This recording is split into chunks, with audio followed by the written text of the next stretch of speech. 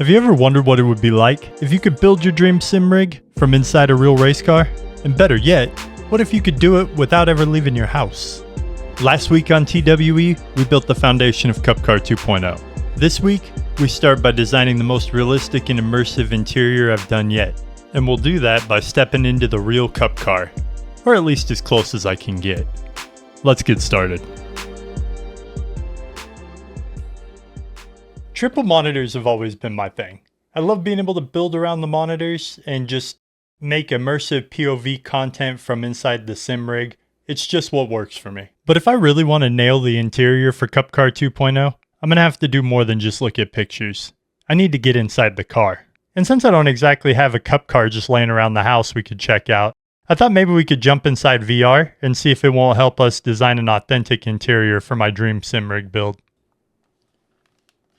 Now, getting into the rig in 3D, I can see a lot more of the details that I'm not able to see while looking at it from a flat screen. And it'll help me to be able to design this a little bit better. So I can look at things like how the dash is concaved and, the lower part that I think I got wrong before by making it way too large and pronounced. And then obviously like the carbon fiber sections where a lot of the curvature happens. Just looking at pictures or even looking at, the game itself, it's hard to replicate some of that stuff when you can't see all the curvature of it. But right now, looking at it in the car, I can see that. And then looking around the car, I can get a better idea of roll bars in the car, the size of everything and what it should feel like and look like. And it'll just give me a better opportunity to be able to replicate that as we start designing the rig and working on the interior. Fully designing this interior is going to take several weeks to get right.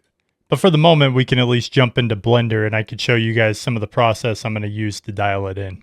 Now let me start out by telling you guys, by no means am I a professional when it comes to Blender. This is the original dash plate that I used and I'm just kind of using it as a reference right now. If I come over here and bring the lower part of the dash in, you'll see it's just kind of a reference point. I don't know that this is exactly what it's going to be once I get all the gear put on, but I wanted to have a starting point to kind of figure out what my design was going to look like. And then you could see here, I basically just use Boolean modifiers to create the shapes I need. So I've got the cutout there. If we get rid of that and get rid of the dash plate, you can kind of see the lower part of the dash starting to come together. Now, one of the biggest challenges has always been getting the top right. Like the first time around, the top was my biggest challenge, and it probably will be this time. So if we go into edit, I do want to make that just a little bit taller. I'm going to come over here and extrude the sides out about 75 millimeters on either side. We'll subdivide this quite a few times. Go ahead and raise those up. That gives me that concave right in the middle of the dash that I'm looking for. And take the sides here, maybe drag that down just a little bit because I would like to see, yeah, that's better. Now what we end up with is something that looks like this. And depending on how friendly the software wants to be, we might be able to even take it and extrude this, we'll say to 93. See, now that gives us a pretty reasonable dash flare. I think if I go back into edit, I'm just gonna move those up just a little bit. That looks pretty good actually. Now I'm not really happy with the spacing here, so I'm gonna highlight the tops as I've done and just kind of move those down a bit. Then if I really want to get it just right, I can do the same with the lines here if I can get them lined up. I have to come around that way. There we go. Bring those lines out just a little bit and close the whole thing up. I've highlighted all the lines and now I just want to give them a little bit of a bevel. Not too much, but just enough to make it smooth, and then round it off up to 100 segments so that it's as rounded as I could possibly get it right there. And then when we come back over to object mode, you'll see instead of those sharp lines, we've got nice smooth edges. Everything kind of this actually worked a bit better than my previous design. And I think that if I do it that way, that's going to be the way I want to push this. So there's some adjustments that need to be made. The center section's a little too small where the wheel's going to come through. These sides should actually be further over. So I'll work on dialing that in. But if we move that out of the way for now, I can show you the first design concept for the new dash. And I don't think this is better than what we just did. We got a really good start with the new dash. It's just a matter of figuring out exactly how wide everything's going to need to be and really looking at how it's going to line up. Now, obviously, I would love to walk you guys through every step of designing the dash, but that's going to be a good 10 to 20 hours plus of just pure designing before I print the first concept design to see if it's even going to work. And then I could be going back to the drawing board to redesign the whole thing all over again. With all that being said, it would be a shame if you guys didn't get to see some semblance of a finished product. Obviously, there's still some work to be done here.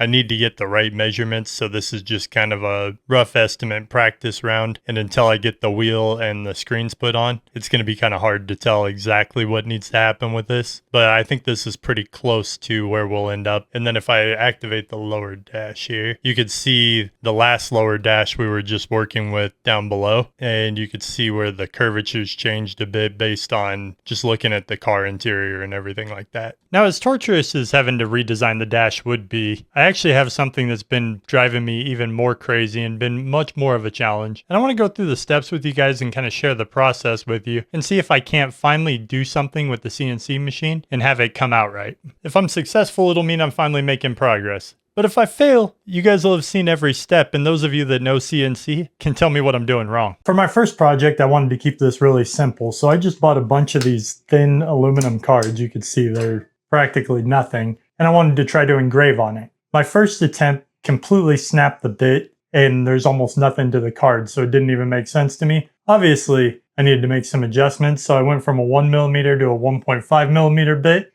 recoded everything, have the new G code loaded up. We're going to calibrate it and see if it works better this time.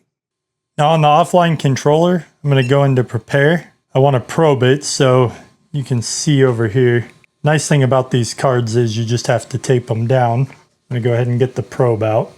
Looks like it's got a pretty good line on it already, so should be able to probe it real easy. So that should give us a good probe point. Now we just need to set the X and Y axis. Now basically I'm trying to imagine that the card isn't rounded and be right on the corner of it. So now that I've got it lined up, I should be able to set the X and Y to 0. And realistically, it should be good to go, I think. Now there's the project I want to run. So I'll turn the motor on. I'm going to cut the microphone off because it's going to be extremely loud.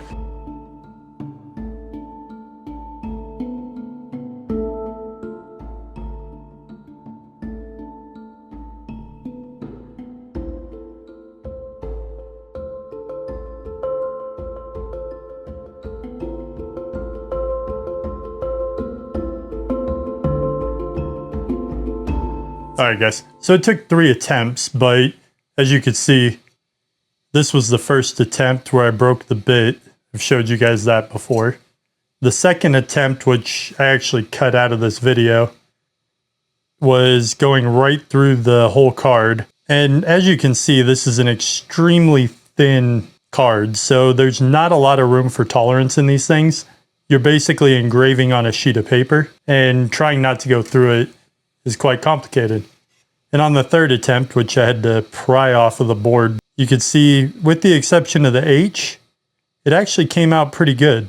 Now you guys can tell me in the comments whether you agree or not, but I think based on the thickness of the card, that came out pretty good for a first design. And while I said I wanted to start with something simple, I'm not necessarily sure that engraving on a paper thin card is really a simple way to start out. So based on those details, I feel pretty confident at this point that I could start designing a part and actually use the CNC machine to make it, because I don't think that the tolerance level for the part I would need is nearly as low as one of these cards is. So all in, I would say it was a success. Now for those of you that aren't aware, Cup Car 2.0 is a build series. It's going to take multiple episodes to get this done, and if you missed the first episode, I had a lot of fun making it, and I think you guys should go check it out. I'll link it in at the end of this video. Let me know down in the comments what you guys think of this approach to planning and designing the interior for the rig, and in the next episode, I'm going to share with you guys something you've been asking for quite a while. In addition to mounting and setting up the monitors on the new rig, I'll finally be sharing with you guys how I tuned my GPU to make iRacing look so good. I want to say thank you to you guys for being a part of the Cup Car 2.0 journey. This has been a dream of mine for a really long time,